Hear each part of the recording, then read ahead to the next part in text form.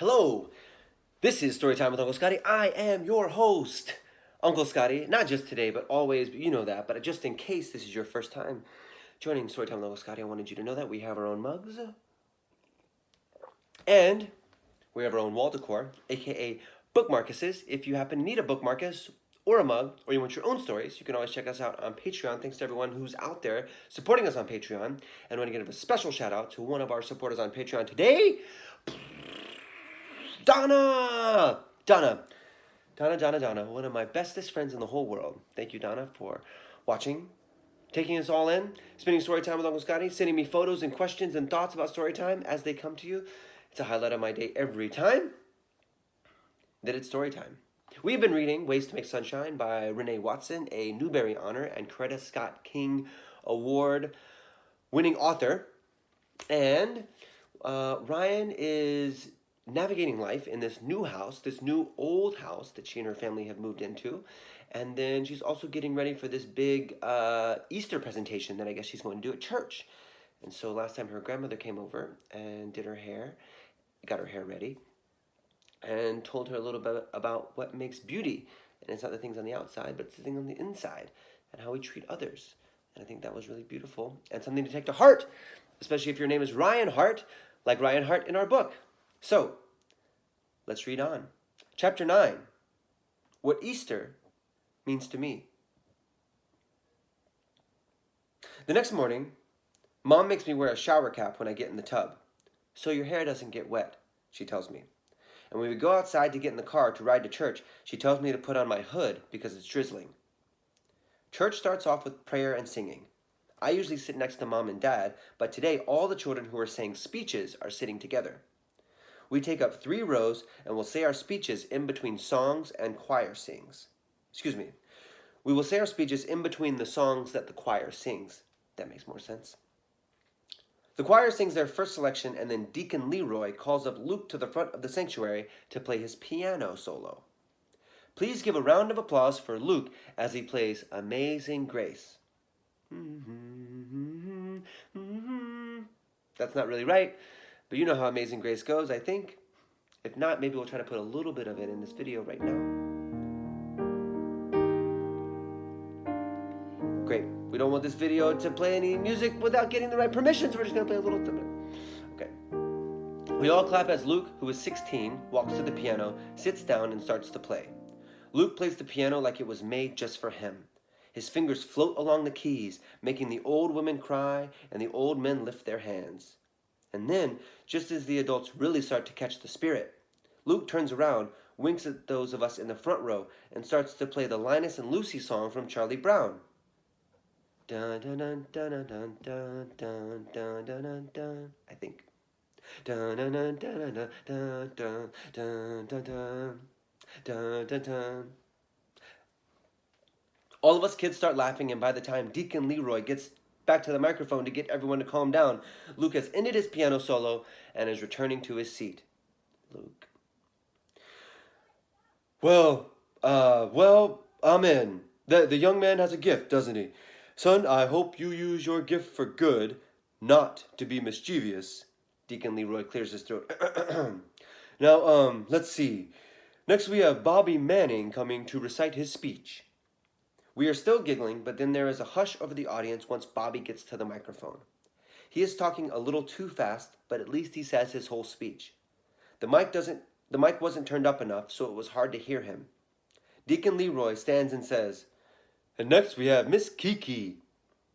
He adjusts the mic for Kiki and then motions to the sound man, pointing his thumb up, up, up.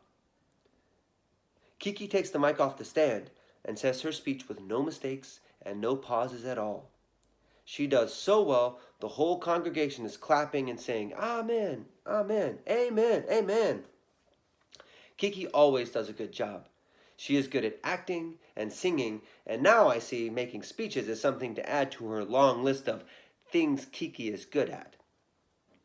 After the choir sings 2 songs, Ray is next, and of course he is perfect because he is good at everything. Then it's Gary's turn.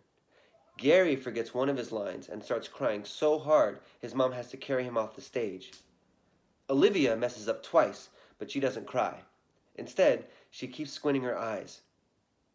When I turn back to see what she's looking at, I see her mother mouthing the words. I turn back around and Olivia is leaning forward so far, trying to read her mother's lips, I think she might fall over. Huh? She says.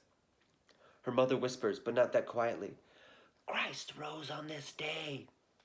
Huh? Christ rose on this day. I can't understand what you're saying. Then Bobby blurts out, Christ rose on this day. And we all start laughing, even the adults. Olivia finishes her speech and runs back to her seat. I was going to say, you may have noticed that Uncle Scotty sometimes, when he messes up when he talks, does a number of things. Sometimes I have to squint to see the words more clearly. Sometimes I go reverse. Sometimes I go reverse. Sometimes I go reverse. Sometimes I just try over and over until I get it right. But I try not to take it too seriously. And hopefully I haven't cried yet because I didn't get it right.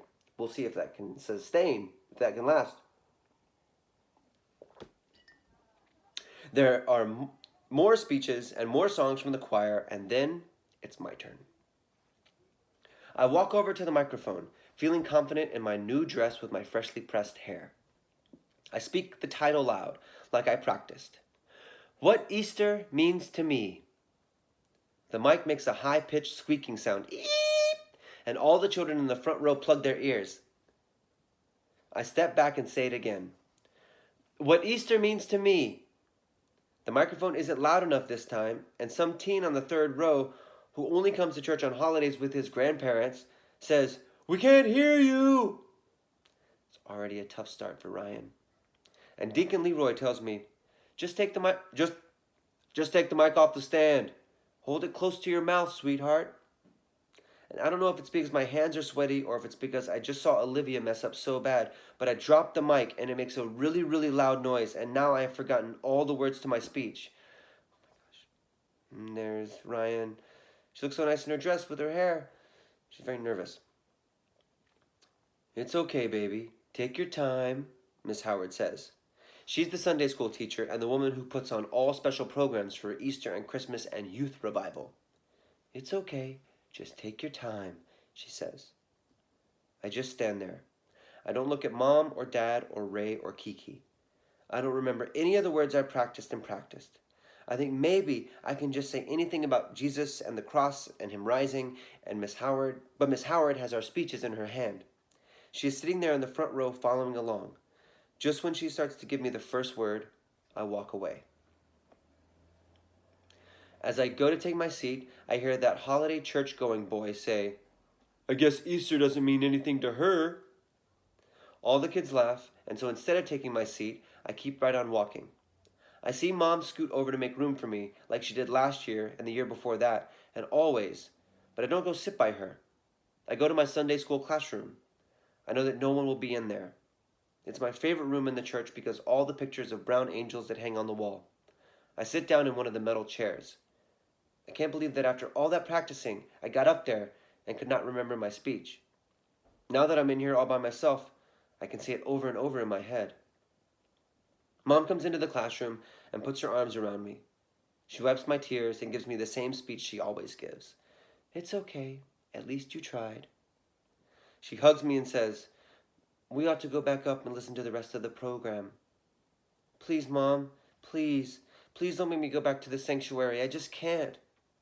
Now, Ryan, I think it's important that you go and support everyone else. Service is almost over.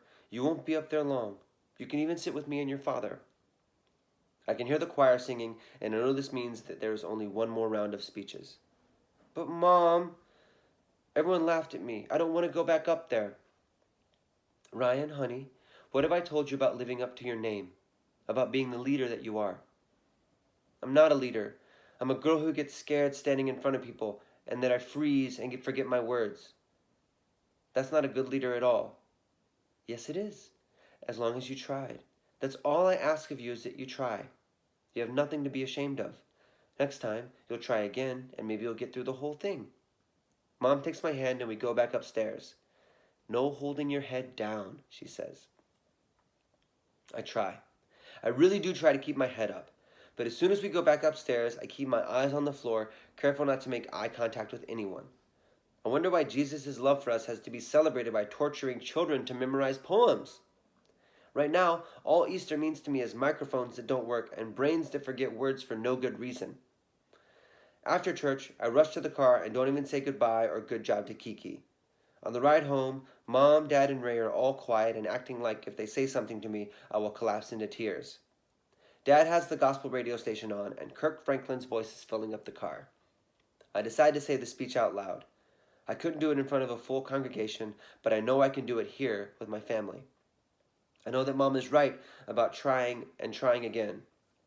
I ask Dad to turn the radio down, and I begin. What Easter means to me.